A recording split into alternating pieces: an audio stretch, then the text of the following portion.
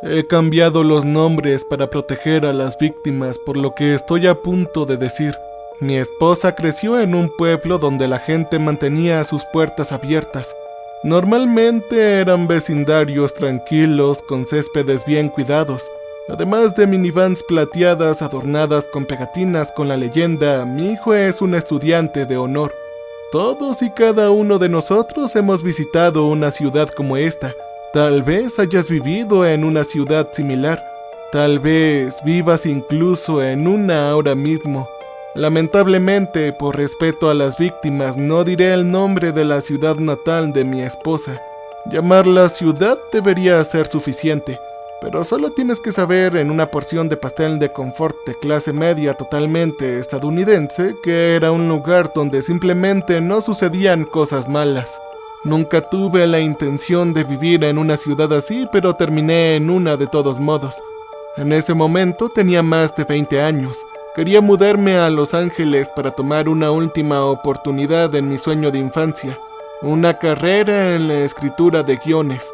Pero mi esposa Melanie, con quien me había casado joven, quería quedarse en la costa este para estar cerca de sus padres.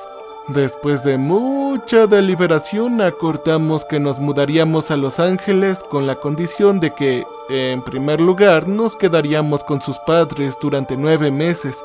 Esto para que pudiera pasar tiempo de calidad con ellos antes de dirigirse al oeste. Y piensa en todo el dinero que ahorraríamos sin pagar el alquiler. Ella había dicho, ni siquiera tendrías que trabajar a tiempo completo. Puedes concentrarte en escribir, ¿sabes? Al final de nuestro contrato de arrendamiento, almacenamos nuestros muebles, nos despedimos del moderno barrio de Brooklyn que habíamos llamado hogar durante los últimos 7 años y nos dirigimos a los suburbios. El ajuste al principio fue sorprendentemente suave, con acceso a un gran patio trasero, un perro con el que jugar y un coche para hacer recados. Me encontré haciéndome una pregunta. ¿Por qué había pasado mucho tiempo en apartamentos en forma de caja de zapatos con alto alquiler? Pero después de unas semanas, la novedad desapareció y fue reemplazada por un molestar vacío. El problema era que no había nada que hacer en esta ciudad. Nada. Anhelaba los cines de arte del pueblo de Greenwich, las galerías de Chelsea, los restaurantes de hoyos en la pared. E incluso eché de menos sudar en el metro. Al menos el sudor del metro era interesante. Mi aburrimiento estaba en su peor momento cada tarde. Con la mudanza había conseguido un tiempo parcial como editor de video en la estación de noticias local. Trabajé en el turno de noche, lo que me pagó bastante bien, pero significaba que apenas pasaba horas de vigilia con Melanie ni con nadie más. Pensé que la soledad sería una fuente fructífera de inspiración para escribir. Una forma de empezar con un guión o un piloto de televisión antes de ir a Los Ángeles. Pero esto no iba a ser así.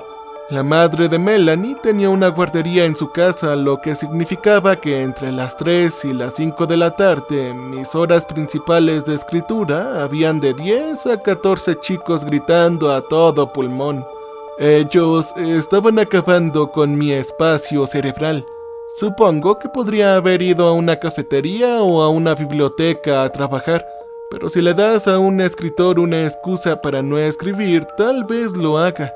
Y así comenzaron los paseos. Cada día de la semana, después de dormir toda la mañana y hasta la primera hora de la tarde, acostaba a mi Chuck Taylor y me aventuraba a las tranquilas calles de esta ciudad. No tenía a dónde ir en concreto y la ruta que tomaba cada día variaba. Llovía o hiciera sol, exploraba mi nuevo vecindario memorizando los nombres de las calles, tomando nota de las nuevas adiciones que se añaden a las casas. Yo justifiqué los largos paseos diciéndome a mí mismo que eran productivos. Un momento para reunir mis pensamientos y esbozar guiones en mi cabeza, pero nunca lo fueron. La mayoría de los días solo escuchaba música de jazz antigua, sonreía falsamente a los vecinos que caminaban con sus perros y contaba los días hasta que pudiera salir de aquí. Una tarde lluviosa me topé con un camino todoterreno. El camino corría abajo en un conjunto de imponentes líneas eléctricas y parecía continuar sin cesar. Me detuve y miré fijamente, intrigado por la enigmática grandeza del camino. Se sentía tanto fuera de lugar como en casa, como granos en un adolescente. Busqué señalización que me dijera que no se me permitía entrar en el camino, pero no estaba señalizado. Yo lo tomé como una invitación abierta a explorar. De todos modos, me dije a mí mismo que siempre podría irme si alguien lo pasara mal. En un movimiento que me perseguirá en los próximos años, me bajé de la acera sobre la grava. Las rocas hicieron un crujido soñador y satisfactorio debajo de mis pies, un significador audible que había cruzado. Empecé a caminar dejando que las líneas eléctricas me guiaran, inseguro de a dónde me llevarían. Los lados del camino estaban húmedos y fangosos. Las malas hierbas cubiertas se extendieron a través de las grietas en la grava y me hicieron cosquillas en las rodillas expuestas. El olor de las aguas residuales impregnaban el aire, flotando como si fuera de la propia tierra. Los mosquitos me mordisquearon los tobillos. Los roedores se apresuraron y excavaron en el suelo, probablemente para alejarse de mí. Pero a pesar de su miserable fealdad, el camino me pareció bastante encantador.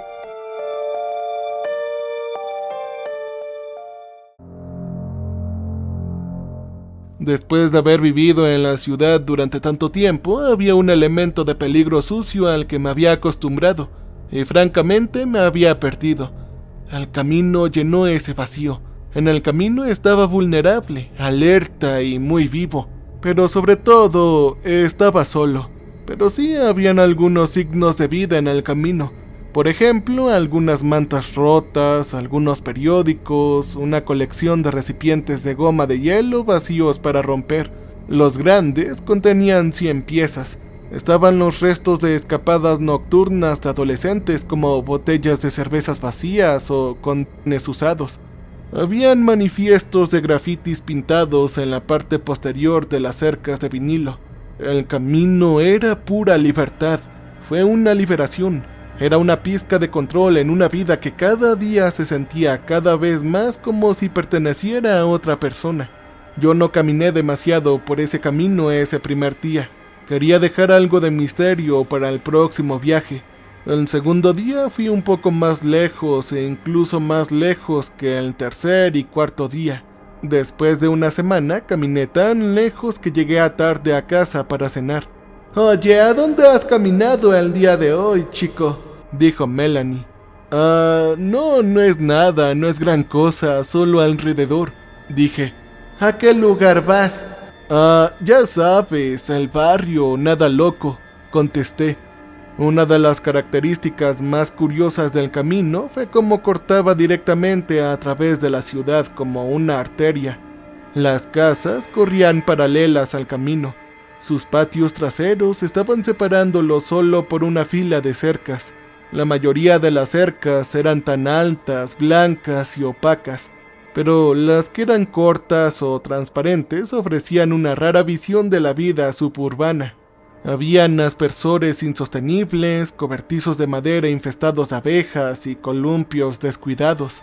A veces podía ver a una ama de casa a través de la ventana bebiendo su vino de la tarde.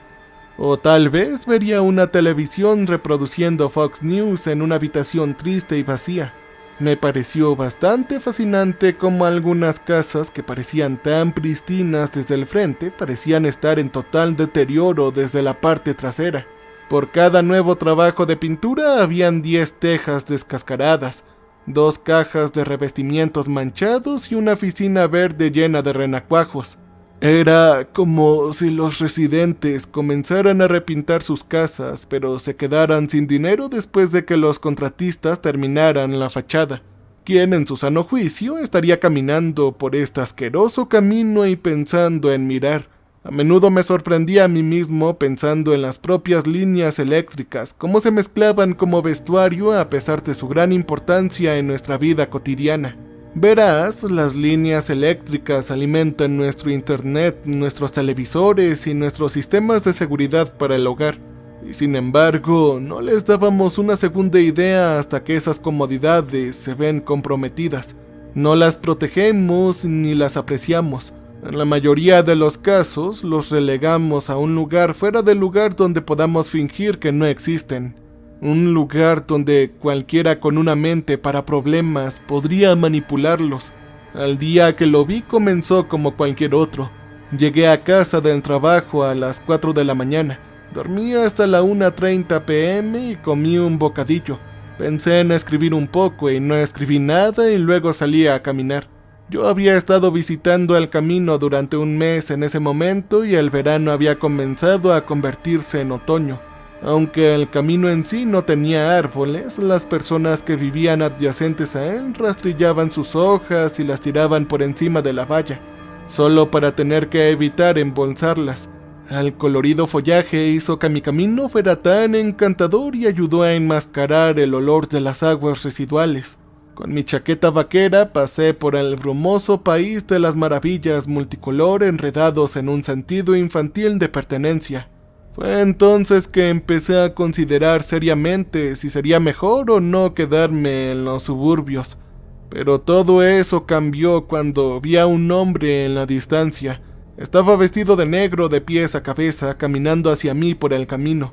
Tenía una cojera torcida en la pierna izquierda y su hombro se sumergía con cada paso.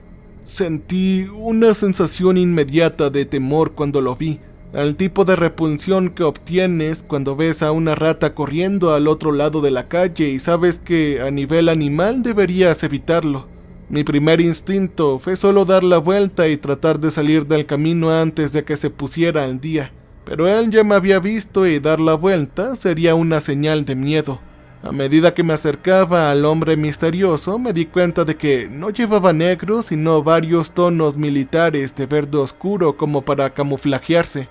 Su pelo estaba rizado y gris en los lados. Estaba calvo en la parte superior. El olor a aguas residuales estallaba a medida que nos acercábamos y continuábamos creciendo más fuertes con cada paso. Tenía agujeros en las rodillas de los pantalones, agujeros en los codos de la chaqueta, agujeros en los dedos de los pies de sus zapatos. Tenía las manos en los bolsillos, pero si llevaba guantes, estoy seguro de que también habría tenido agujeros. Y luego noté su cara.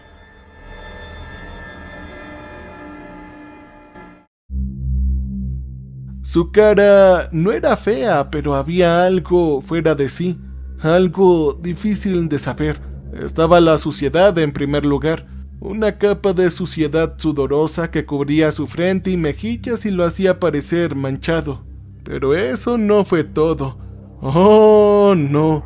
Había visto a muchas personas sucias en la ciudad, personas sin hogar o trabajadores de una construcción. Algunas estaban mucho más sucias que este hombre misterioso, pero ninguno de ellos había poseído una cualidad tan extraña. No era la suciedad ni sus cejas desiguales y tupidas o su nariz torcida. No, eso no fue todo. A medida que nos movíamos a distancia, mi corazón se aceleró y mis dedos se adormecieron. Un hormigueo espinoso corrió por mi espalda como arañas arrastrándose por toda mi piel.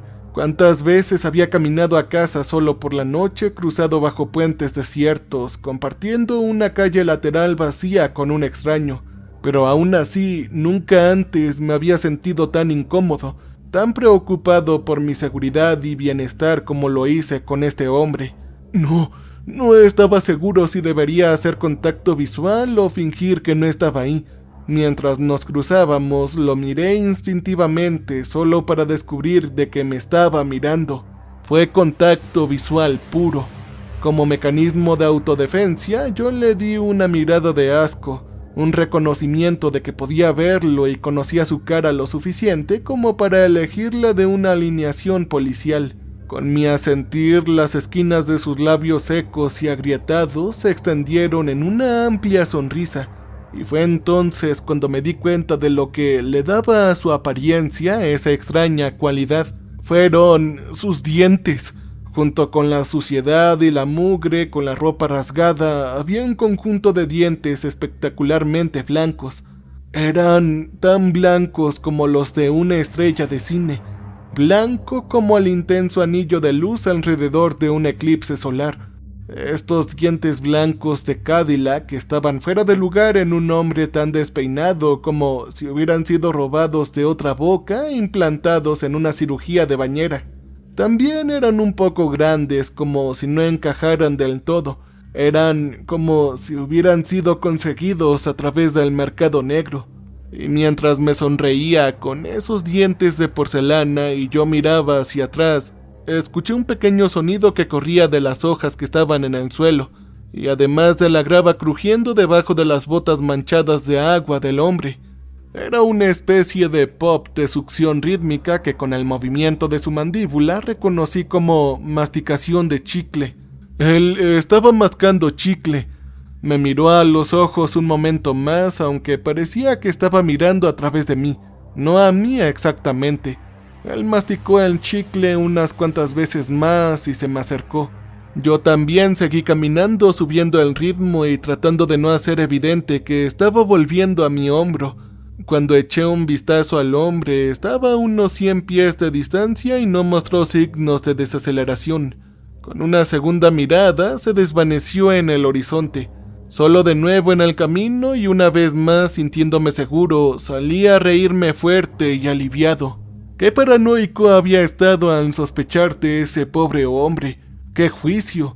Sí, estaba sucio y sus dientes eran un poco extraños, pero todo lo que estaba haciendo era dar un paseo al igual que yo. ¿Y desde cuándo eso fue un crimen? Probablemente tenía tanto miedo de mí como yo de él. Y ahí estaba de pie riéndome como un lunático. Yo me limpié una lágrima de mi ojo. Luego me recordé algo a mí mismo. Nunca pasa nada malo en esta ciudad. Pasaron semanas y continué mis caminatas por el camino cambiando mi chaqueta vaquera por un abrigo de invierno y mi gorro naranja favorito. No volví a ver al hombre, pero habían alguna basura de goma de mascar que pensé que probablemente le pertenecían y aparecieron durante ese tiempo. Pasé el día de Acción de Gracias en Florida con mis padres. El clima era cálido y el paisaje pastel fueron un cambio bienvenido con respecto al sombrío frío del noroeste. Pero después de 3 días de mi madre contándome sobre el hijo de su amiga que trabajaba en finanzas y cómo podría contactarme con un nuevo trabajo mejor pagado, me encontré perdiéndome en la ciudad. Tan pronto como me reuní, di un largo paseo agradable. Melanie se tomó 3 semanas libres durante las vacaciones. Era un último esfuerzo en la que la familia podría estar junta sin interrupciones en el trabajo. Estas vacaciones la pusieron en casa durante el día cuando normalmente iba a caminar. Aunque estaba emocionado de finalmente pasar algún tiempo con ella, no pude evitar sentir que cada día estaba incompleto sin mi paseo de soledad. Habían algunas tardes en las que pude convencerla de que fuera a caminar conmigo, pero Melanie se apresuró a quejarse del frío y terminamos acortando las caminatas.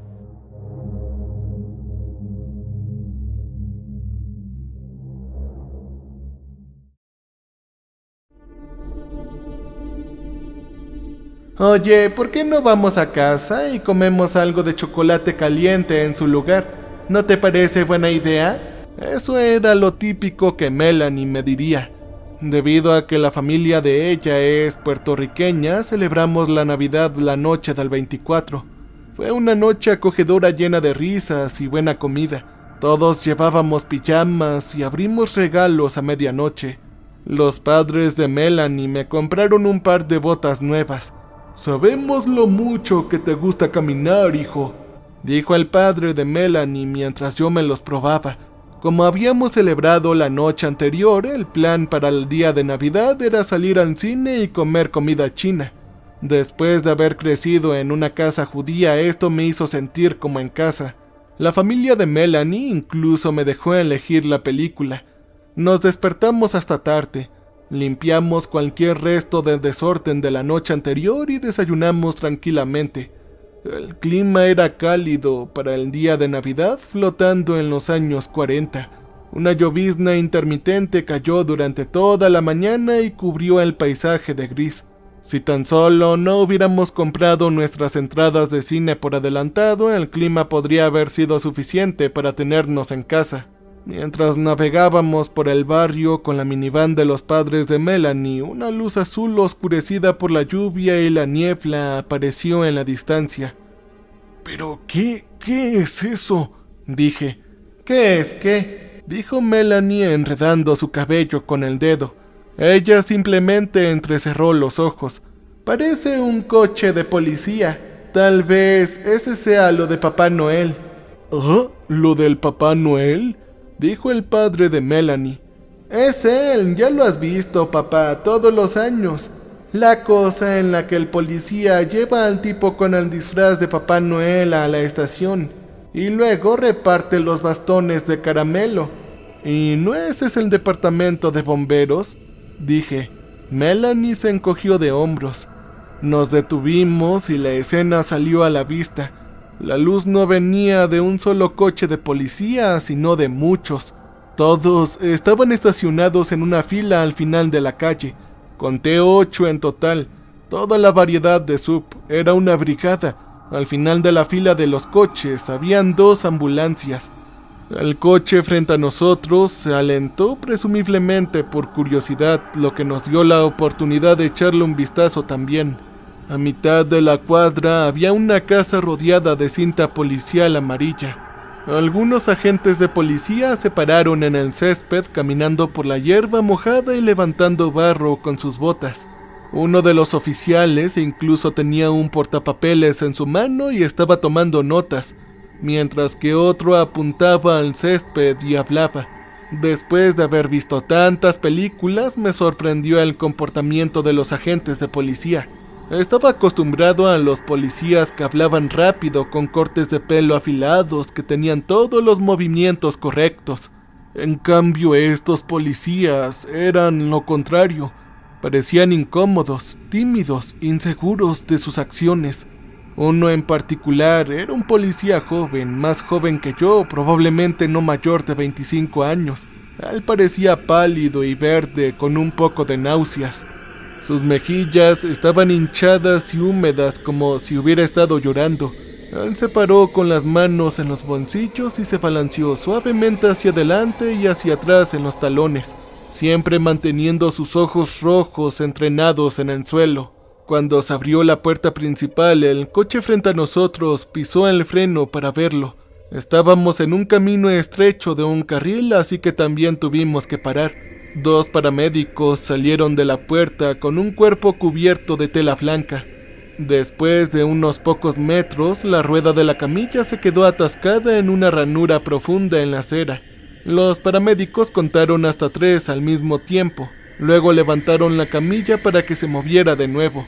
El cuerpo envuelto en tela parecía pequeño, de tamaño medio. Sintiéndome culpable por esto, aparté la cabeza de la escena y eché un vistazo a los vecinos al otro lado de la calle. Estaban en su pórtico delantero, reclinados en sillas de jardín, viendo cómo se desarrollaba la escena. Ellos tenían gorros de Papá Noel en la cabeza y cervezas en las manos y miradas de fascinación vertiginosas en su cara. Cualquier evento desafortunado que estuviera teniendo lugar se había convertido en un deporte de espectadores. La puerta de la casa se abrió de nuevo. Esta vez, en lugar de profesionales médicos o policiales, había una mujer solitaria tropezando. Parecía estar en sus 30 y tantos años. Su pelo castaño rizado era un desastre y una manga de su camisón de color salmón se deslizaba hacia abajo para revelar un hombro con pecas. Claramente había estado llorando. La mujer dio unos pasos mareados. Luego comenzó a correr detrás de los paramédicos con los pies descalzos golpeando al pie con el pavimento. Mientras los paramédicos cargaban el cuerpo en la ambulancia, la mujer tropezó con sus pies y cayó de rodillas en el césped mojado. «¡No, por favor, no se lo lleven!», lloró tirando los brazos hacia afuera e inclinándose en la cintura como si estuviera rezando.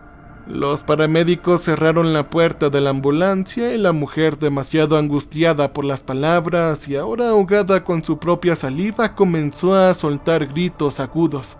A pesar de que la ventana del coche estaba cerrada, yo podía oír lo violento que era el sonido, lo mucho que estaba triturando sus cuerdas vocales en un grito desgarrador. Los paramédicos se alejaron y la mujer cogió cayendo en la hierba acostada boca abajo.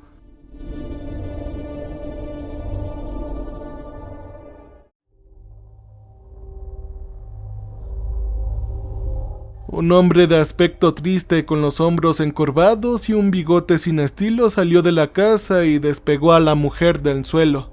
La parte delantera de su vestido estaba empapada y pegada a sus pechos y abdomen mientras se levantaba y caían con cada respiración desesperada. Me llamaron al trabajo esa noche. Era Navidad, pero si trabajas para el noticiero, trabajas cuando hay noticias. Mi objetivo era cortar el segmento sobre la casa con la mujer llorando, convirtiéndome tanto en el editor como una fuente principal. Ahí, trabajando hasta altas horas de la noche en el armario convertido en sala de edición, me enteré de lo que realmente había sucedido.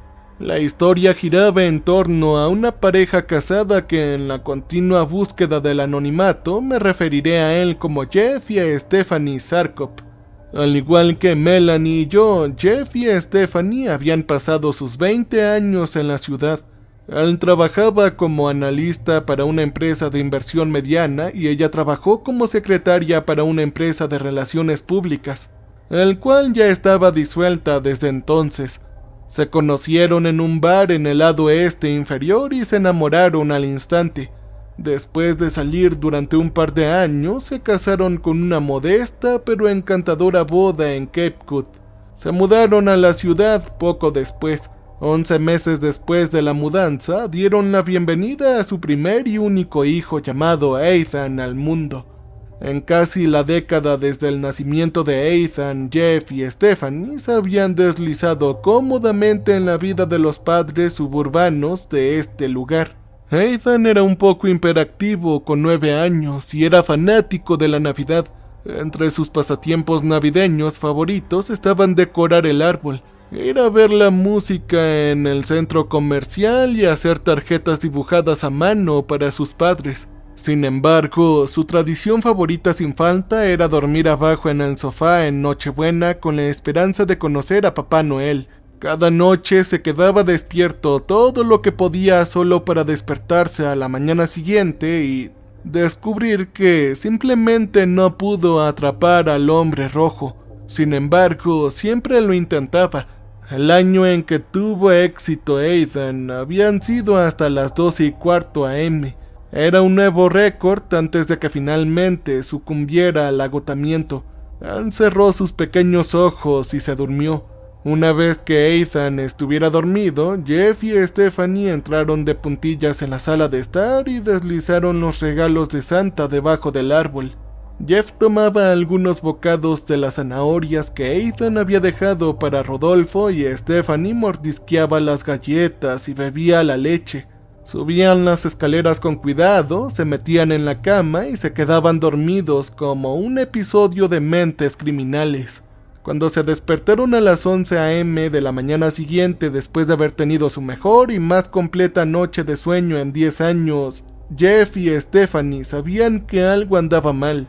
Normalmente, cada mañana de Navidad, Ethan los habría despertado al amanecer zumbando de emoción por la visita de Papá Noel, pero ellos no habían oído nada de él. Ellos se levantaron de la cama y bajaron las escaleras, ambos rezando en secreto para encontrar a Ethan sentado con un poco de manzana cruda junto al árbol de Navidad. Pero al entrar en la sala de estar, Jeff y Stephanie descubrieron una extraña escena. Atrás habían quedado las galletas, la leche, las zanahorias. Se habían ido las medias, los adornos y los regalos que habían dejado debajo del árbol. Pero lo más notable fue que su hijo no estaba. Los únicos artículos relacionados con la Navidad que quedaban en la habitación eran el abeto balsámico y debajo del árbol una sola caja envuelta en un regalo desconocida. Una caja que ni Jeff ni Stephanie habían colocado ahí. Nadie sabía cómo reaccionar, ni siquiera Jeff o Stephanie, los cuales estaban tan nerviosos por lo que vino después que se lo explicaron a la policía 3 veces de manera diferente cada uno. pero como ahora he tenido algo de tiempo para pensarlo, me he tomado la libertad de imaginar cómo podrían haber ocurrido los acontecimientos de esa mañana. Imagina esto: Jeff y Stephanie estaban estupefactos en la base de las escaleras. Cada uno estaba esperando a que el otro tomara la iniciativa e hiciera un movimiento.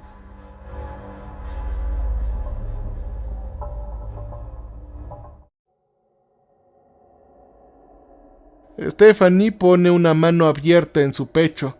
Jeff enrosca su dedo gordo del pie dentro de sus zapatillas de algodón deshilachado. Finalmente, incapaz de soportar el silencio, Stephanie murmura: ¿Deberíamos abrirlo? Sí, eso me parece correcto, dice Jeff con su voz que ahora se está rompiendo. Jeff da un paso adelante hacia el árbol, con su bigote revoloteando con cada respiración nerviosa. Él llega al árbol y envuelve sus dedos regordetes alrededor del borde de la caja. Él lo toma, sorprendido por su peso.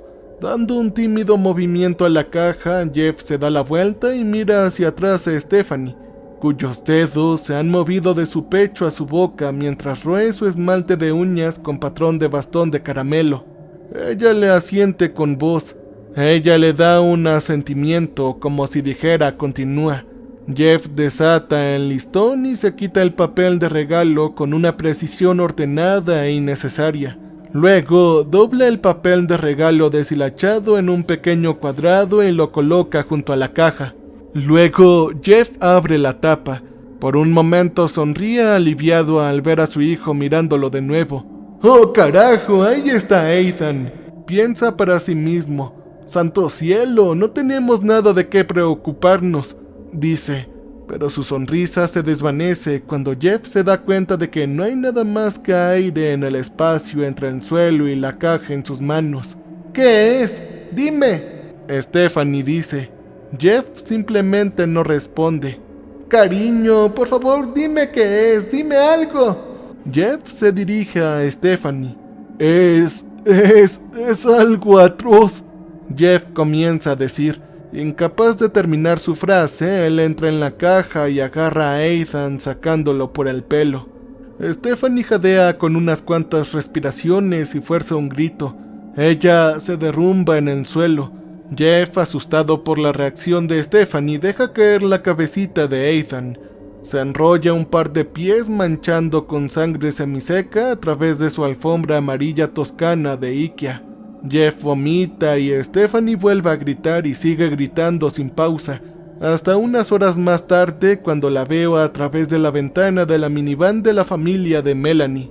Alrededor de las 4 a.m., mi jefe metió la cabeza en la sala de edición. Llevaba un sombrero de Papá Noel y una barba con correa. Sus ojos estaban inyectados en sangre y cansados. «Puedes irte a casa si quieres», dice. «Sé que se suponía que este iba a ser un día libre para ti». No me importa, de todos modos ya casi termino», le contesté. «Muy bien», dijo. «Bueno, hay un poco más de comida». Eructó y se apretó el pecho. «Está en la sala de descanso, ¿quieres que te consiga algo?» Sí, claro», dije. «Dalo por hecho». Salió de la habitación y yo miré atrás a la pantalla. Estaba solo de nuevo. Empecé a cuestionarme mi decisión de quedarme aquí. Acababa de llegar a la parte de la historia en la que el reportero estaba hablando de que la policía encontró el resto del cuerpo de Ethan en la chimenea, y no pude evitar preguntarme si tanta negatividad era mala para mi salud mental.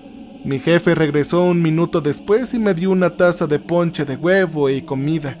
Yo le di las gracias, tomé un trago y volví al trabajo. Después de otra hora de edición terminé el segmento.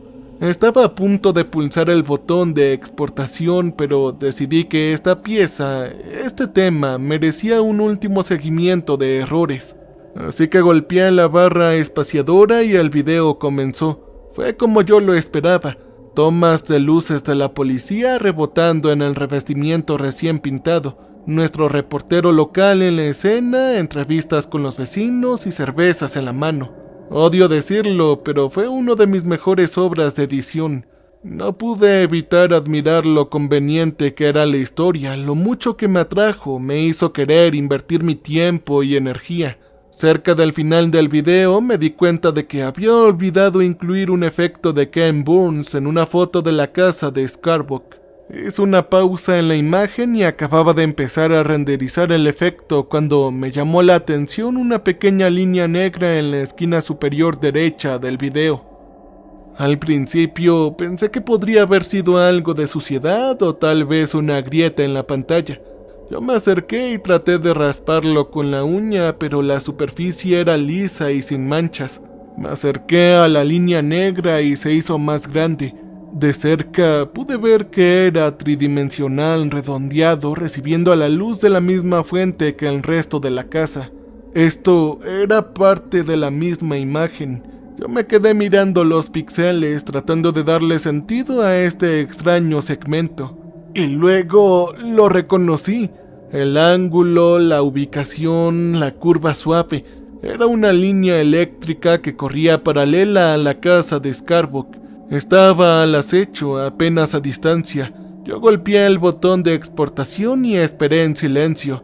En el momento en que terminé el video, tomé mi abrigo, me puse el gorro y me dirigí a la salida. Al salir por la puerta, escuché a mi jefe decir: «¡Feliz Navidad, amigo! ¡Pásala bien!». Monté mi bicicleta a un ritmo rápido de la ciudad al estudio.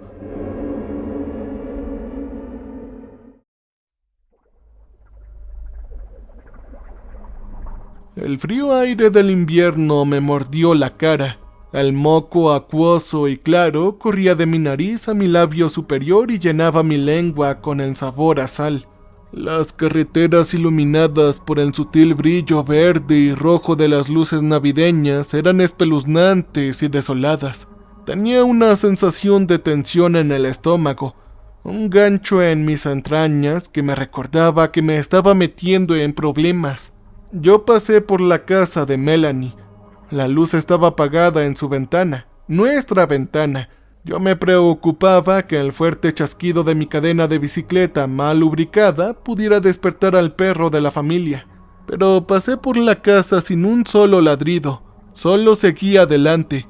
Monté mi ruta normal para caminar, que parecía más corta y menos interesante en bicicleta. El sol acababa de empezar a salir cuando llegué al camino de la línea eléctrica, aunque aún no había llegado al horizonte, dejando el paisaje crudo y azul. Los árboles sin hojas colgaban sobre la escena, ominosos y oscuros. La grava del camino estaba demasiado suelta y áspera para recorrerla, así que me bajé de mi bicicleta y la escondí detrás de un bosque de pinos silvestres. Luego, con mi cuerpo temblando por una combinación de frío y nervios, caminé a pie por última vez. Observé los detalles familiares y noté cómo habían cambiado en mi ausencia en 2 semanas. El suelo estaba congelado, el barro, las erráticas masas de basura y la ropa abandonada. Las diferencias eran leves, pero se sentían. Yo miré las casas. Había un poco de humo que se alejaban de algunas chimeneas. Algunas casas incluso parecían más deterioradas de lo que tenían solo un par de semanas antes. Era un recordatorio de que nuestra protección contra los elementos es una comodidad delgada y endeble. Pensé en la gente dentro de las casas que aún no había escuchado la noticia. Cómo, en poco tiempo, un reportaje de televisión desmantelaría su sentido de seguridad y comodidad para siempre. Cauteloso, pisé por el camino buscando algo vago, una pista, una indicación de que no estaba perdiendo el tiempo, y luego lo encontré. Por el rabillo del ojo vi un destello de un color amarillo antinatural junto a una de las casas. Me tomó un momento, pero lo reconocí como una cinta policial.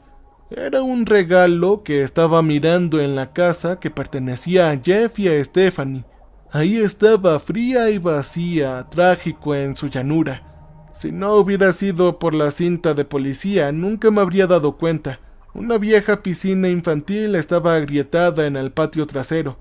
Había un juego de columpios caro que no parecía que estuviera dándole mucho uso.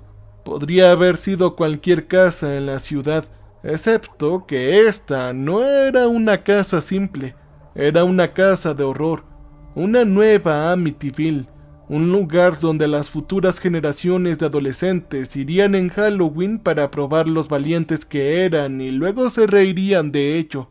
La casa estaba separada del camino solo por una cerca de eslabones de cadena baja. Las persianas estaban abiertas y las luces encendidas, lo que me daba una vista clara de la sala de estar. Pude ver algunas fotos enmarcadas, el árbol de Navidad, el sofá donde Aidan habría dormido. La vida de esta familia estaba ahí en exhibición, disponible para mí o para cualquier otra persona que alguna vez se hubiera parado en este lugar en el camino. De repente, un escalofrío atravesó mi cuerpo y di un paso hacia atrás. Algo duro crujió debajo de mi pie y me hizo saltar. Miré hacia abajo. Era solo uno de esos recipientes de goma de mascar vacíos. Fui a echarlo del camino, pero me detuve antes de que mi pie hiciera contacto. Yo había roto el contenedor cuando lo pisé, y ahora había una grieta en forma de rayo corriendo desde la tapa hasta la base. Y a través de esa grieta pude ver el débil contorno de algo redondo y oblongo en el interior. Era de color pálido y del tamaño y la forma de una batería demasiado grande para ser un chicle. Tomé el recipiente y le di un pequeño batido. El objeto misterioso hizo un sonido suave y aburrido mientras golpeaba contra todas las paredes interiores del contenedor.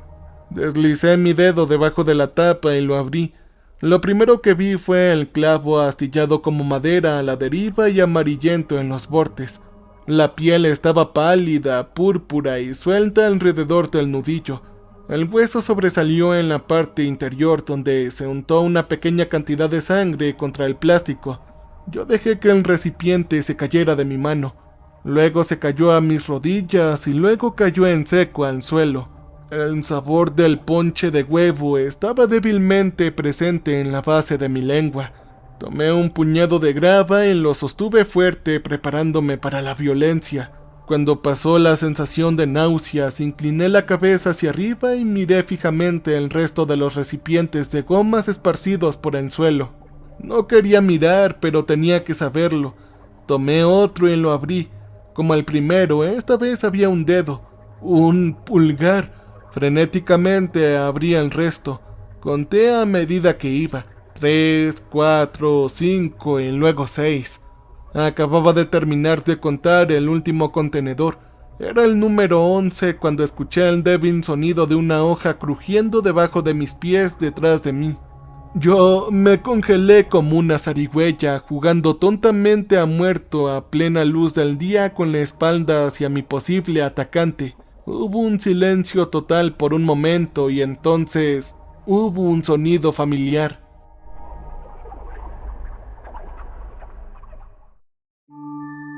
Era un sonido que había escuchado solo una vez antes, pero que se había arraigado en mi ADN como un miedo a las arañas o serpientes. Hubo el sonido, luego se fue de nuevo masticando el chicle. Yo di media vuelta a la cabeza, lentamente mirando hacia atrás por encima de mi hombro.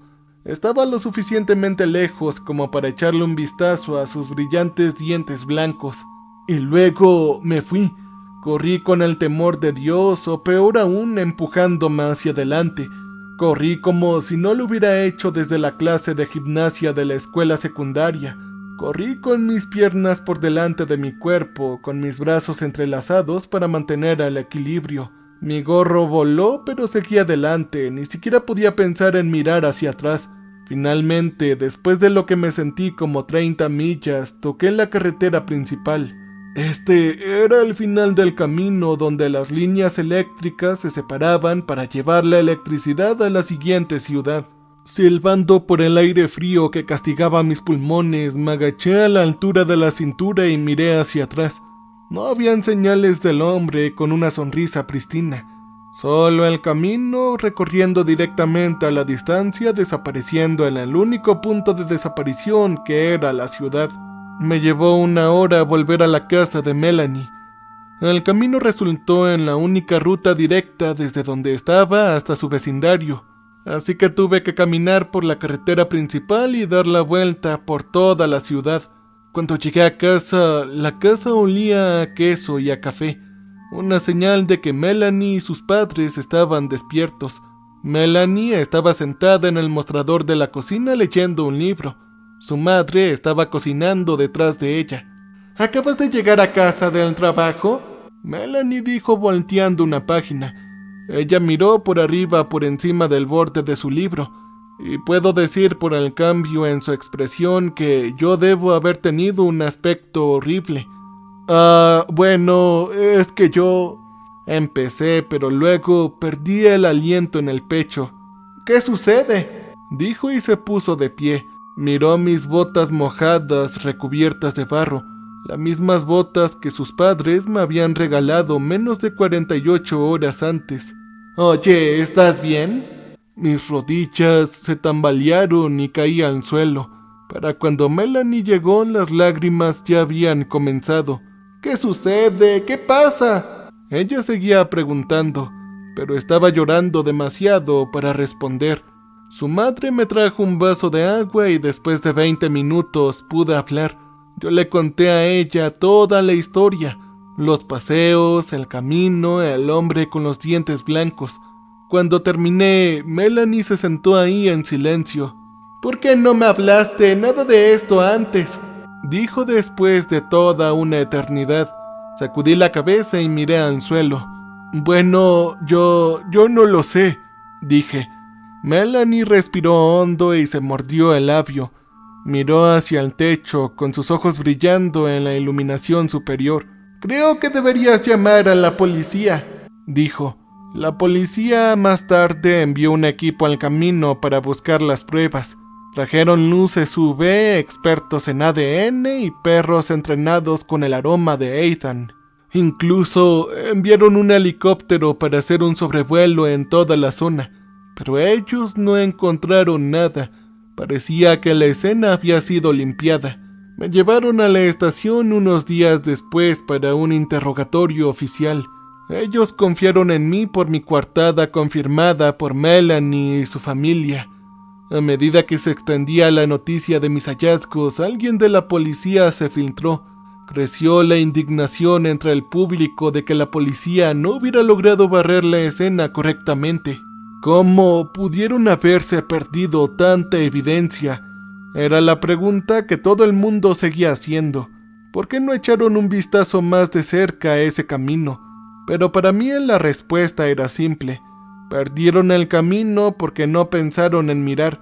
Para la gente de esta ciudad, incluida la policía, el camino era una mancha fea. Era una herida antiestética que resumaba que era más fácil ignorar hasta el punto de la infección que enfrentar. Para ellos, este camino no existía. ¿Y por qué mirarían algo que simplemente no estaba ahí en primer lugar? El tiempo pasó sin incidentes después de eso. Hubieron una gran cantidad de carteles de en venta apareciendo en la ciudad, todo en las semanas y meses posteriores al asesinato, pero no hubo incidentes adicionales. Personalmente me sentía afortunado de haber salido de todo el asunto ileso, pero hubo terrores nocturnos recurrentes sobre mi caída de dientes y a veces tenía problemas para respirar al pasar por paquetes de encías a la venta en el supermercado. Pero casi todo esto se fue con el tiempo.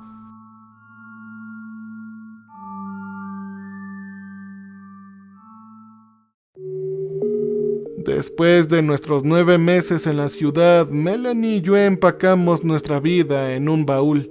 Condujimos a través del país y nos mudamos a un departamento en el barrio de Silver Lake en Los Ángeles. Ella pasó sus días trabajando de forma remota desde casa y yo pasé el mío tratando de escribir guiones en la cafetería. Después de un año completo, pude armar un guión presentable, un misterio de asesinos en serie. Era nada innovador. Envié cartas de consulta a agentes y gerentes de toda la ciudad y solo recibí respuesta de 2. Ambos me informaron de que por razones legales no se les permitiría aceptar material no solicitado. Así que empecé a hacer largos viajes durante el día, desperdiciando grandes cantidades de dinero en gasolina para ver hasta dónde podía llegar al desierto, y aún así llegar a casa a tiempo para la cena. A veces me imaginaba conduciendo hacia el Valle de la Muerte hasta que el sol derritía el coche y me convertía en uno con la arena. Una noche, después de conducir hasta Primm, Nevada y de vuelta, encontré a Melanie sentada en la mesa de la cocina con los ojos mojados. Las lágrimas estaban lloviendo por sus mejillas. «Oye, cariño, ¿qué está sucediendo?», dije. Ella me miró y dijo lo que había estado en nuestras mentes durante los últimos meses. «No me gusta estar aquí, yo quiero irme a casa». Nos quedamos sin nuestro contrato de arrendamiento, empacamos y volvimos a la casa de su familia en la ciudad, completando nuestro viaje extenso a través del país. Yo volví a mi trabajo en la estación de noticias. Era como si nunca nos hubiéramos ido y nada hubiera cambiado. Un día, por capricho, decidí ir a dar un paseo. Pasé por el barrio dejando que mis pies me guiaran. Era invierno de nuevo y las decoraciones navideñas estaban en pleno vigor. Después de una serie de giros y curvas al azar me encontré frente a una calle familiar. Una calle que conducía a un camino que yo conocía. El miedo me atravesó como un flashback ácido, pero aún así me sentía atraído por eso. Di un paso adelante y caminé hacia el camino. Cuando llegué a la entrada, me sentí aliviado y decepcionado al descubrir que la ciudad había puesto una puerta de metal que bloqueaba el camino. La puerta presentaba 2 cerraduras de acero y 3 señales de no entrada. Así que eso es todo, pensé. Yo me giré para alejarme, pero me detuve cuando me vino a la mente una imagen. Ruedas, radios, manillares, una cadena de bajo lubricada. Pensé que la bicicleta todavía no estaría ahí, pero valió la pena comprobarlo.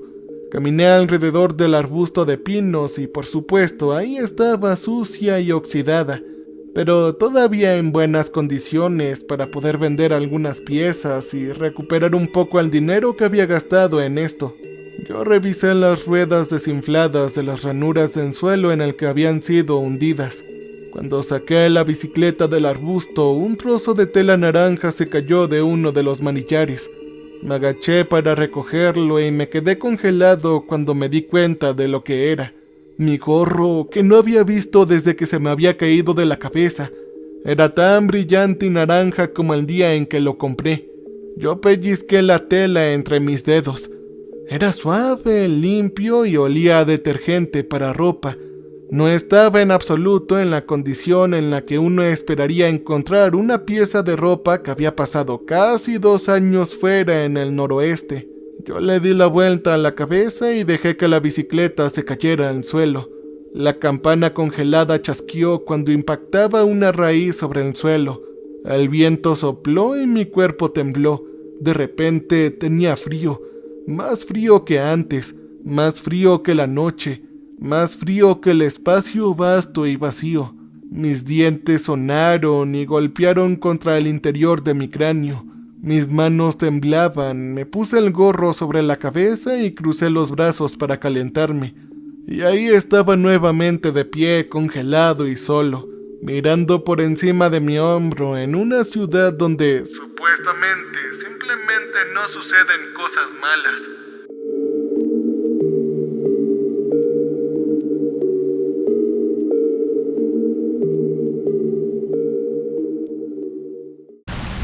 Welcome, stranger. We have not met before.